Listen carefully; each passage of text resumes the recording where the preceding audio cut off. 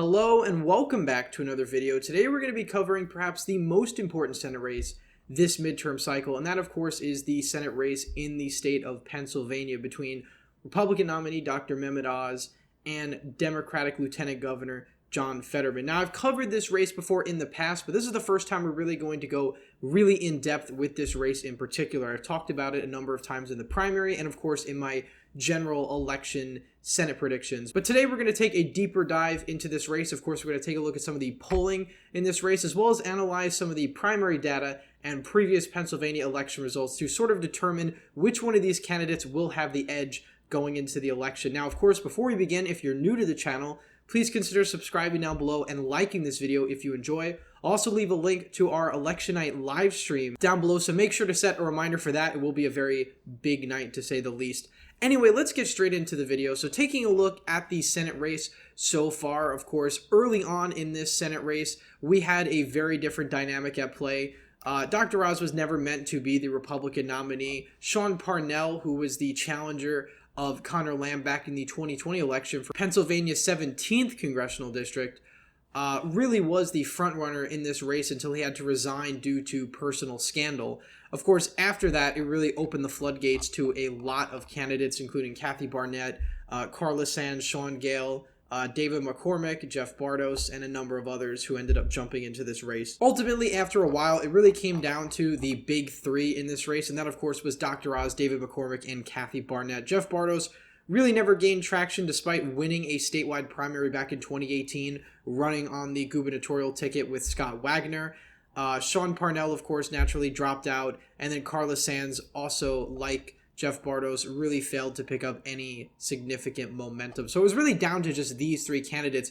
And right before the primary happened, a lot of people thought that Kathy Barnett would end up overtaking Dr. Oz and David McCormick. But I mentioned in my primary video back then what was more likely was that Kathy Barnett would play spoiler and probably help David McCormick. And that's essentially what we saw happen almost. Dr. Oz only won the primary by less than 1,000 votes. Kathy Barnett came at a distant third. She mostly took away votes from Dr. Oz, more of that MAGA base of the Republican Party. Of course, David McCormick coming in second at 31.1%, Dr. Oz at just 31.2%.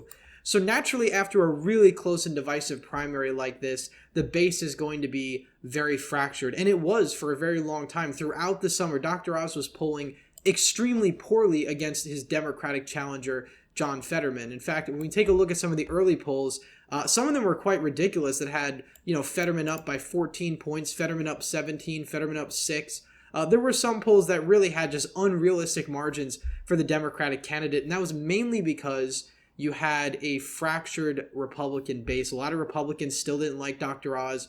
Some of them even, thought about voting for Fetterman because he had these sort of working class populist optics, which I think over time has slowly been eroded by Republican ad buys that, sort of made a lot of these Republicans who were Trump voters come home to Dr. Oz in the final months of the campaign. But taking a look at the polling average now, really is shocking to see that we now have Dr. Oz polling ahead of John Fetterman. Of course, our first poll that had Oz ahead was back October 10th to the 12th. This wasn't released until after. Again, some of these polling companies are a bit sketchy. I've never heard of Patriot Polling or Wick Insights, for instance, although I think Wick has been doing a number of polls this cycle. We're starting to see a pattern where Dr. Oz is gaining steam. The YouGov CBS poll only had Dr. Oz down by 2, and this was pre-debate. This was before the debate happened, and of course we had a couple of snap polls conducted after the debate, and Dr. Oz is leading in those. Now, I do want to see more objective polls poll this race, such as Emerson and other companies like that, to sort of get a better gauge. But if current trends continue, Dr. Oz will lead the RCP average going into Election Day, which essentially makes him a very strong contender for this seat, because historically polls have oversampled Democrats throughout Pennsylvania history. Of course, we can go back to the 2016 Pennsylvania Senate race between Pat Toomey and Katie McGinty to see this very thing play out. Most of the polls showed Katie McGinty as a clear favorite to win this race, and of course, right at the end, Pat Toomey was able to close the gap and ultimately win. Of course, he won the state alongside Donald Trump, but even if Donald Trump had lost the state of Pennsylvania, it's very likely that Pat Toomey would have held on, because Donald Trump only won Pennsylvania by 0.7%.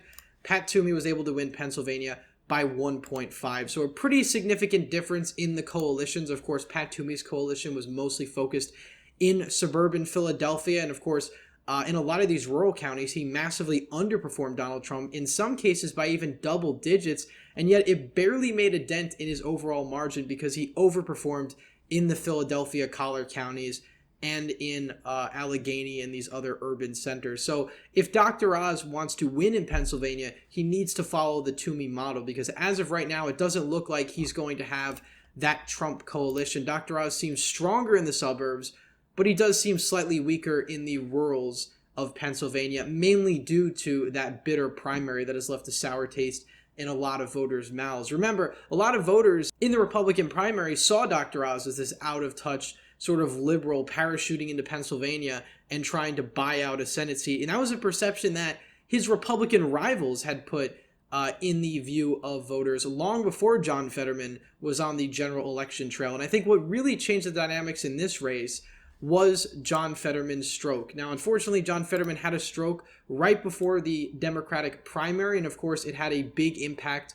on this race thus far. He was really off the campaign trail for about 2 months.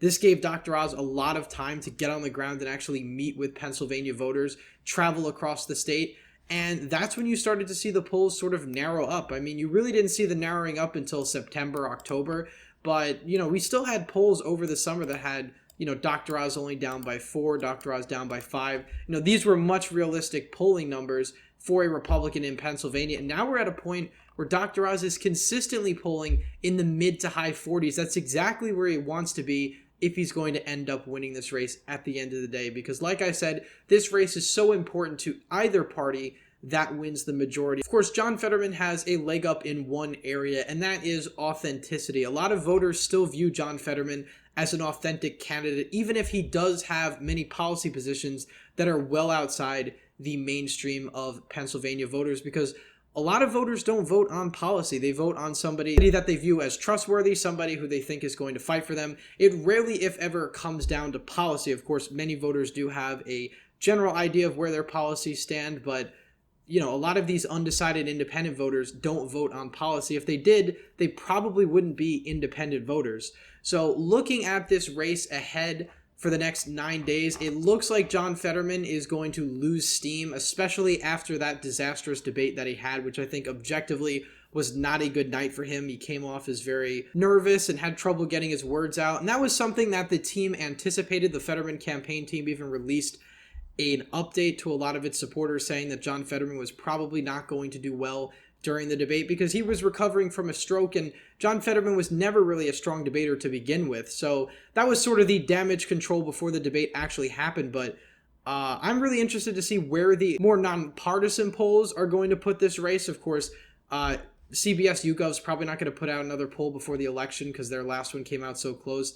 But I am curious to see if any other polls will reinforce this narrative. Of course, Pennsylvania overall really never had that great of polling companies this time around. Of course, they had Trafalgar poll a number of times, a lot of Democratic internal polls, Suffolk University, which tends to lean very left, Data for Progress, which probably won't poll this race for the rest of the cycle because it is a polling firm started by John Fetterman's team, so I don't think they're going to be polling their own race and releasing that outright. But I would really like to see more nonpartisan polls release their information before Election Day. But if I had to bet right now, I would say that Dr. Oz probably pulls ahead. I was saying this for months consistently, and a lot of people disagreed with me, even when Dr. Oz was down in the polls, but I said that the fundamentals of the midterms would not change. Dr. Oz would improve with the Republican base, and that's exactly what happened. So I'm very confident in this prediction. I think Dr. Oz will end up winning at the end of the day, anywhere from 0.5 point to 1.5%. I think you'll see the margin of victory somewhere in that range.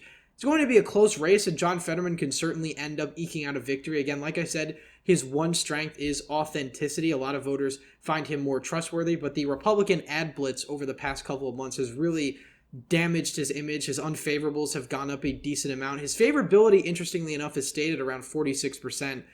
Dr. Oz is still underwater by double digits in terms of favorability, but that's not necessarily something you need to end up winning this election at the end of the day. We're looking at a generic ballot that's likely going to be R+4, and if that's the case, I think it's very hard for somebody like John Fetterman to win this Senate race at the end of the day. Now, Republicans do have a lower ceiling in Pennsylvania, but this is exactly the sort of ingredients you would need for a Republican victory in the Commonwealth. And I think that's exactly what we're going to see on November 8th or in the following days once we actually get the final results, because we're very unlikely to have the final results on election night. But of course, we'll be covering the Pennsylvania Senate election results and many more on election night, November 8th. Link is down below. We'll start streaming at 7 p.m. Eastern. That's when the first polls close around the country. And we'll be going well into the night, trying to get a sense of what the midterm results will actually end up showing over the next few days as the ballots continue to be tabulated. So of course, don't miss that. Set your reminders down below. Again, thank you all for watching this video, and I hope to see you in the next one.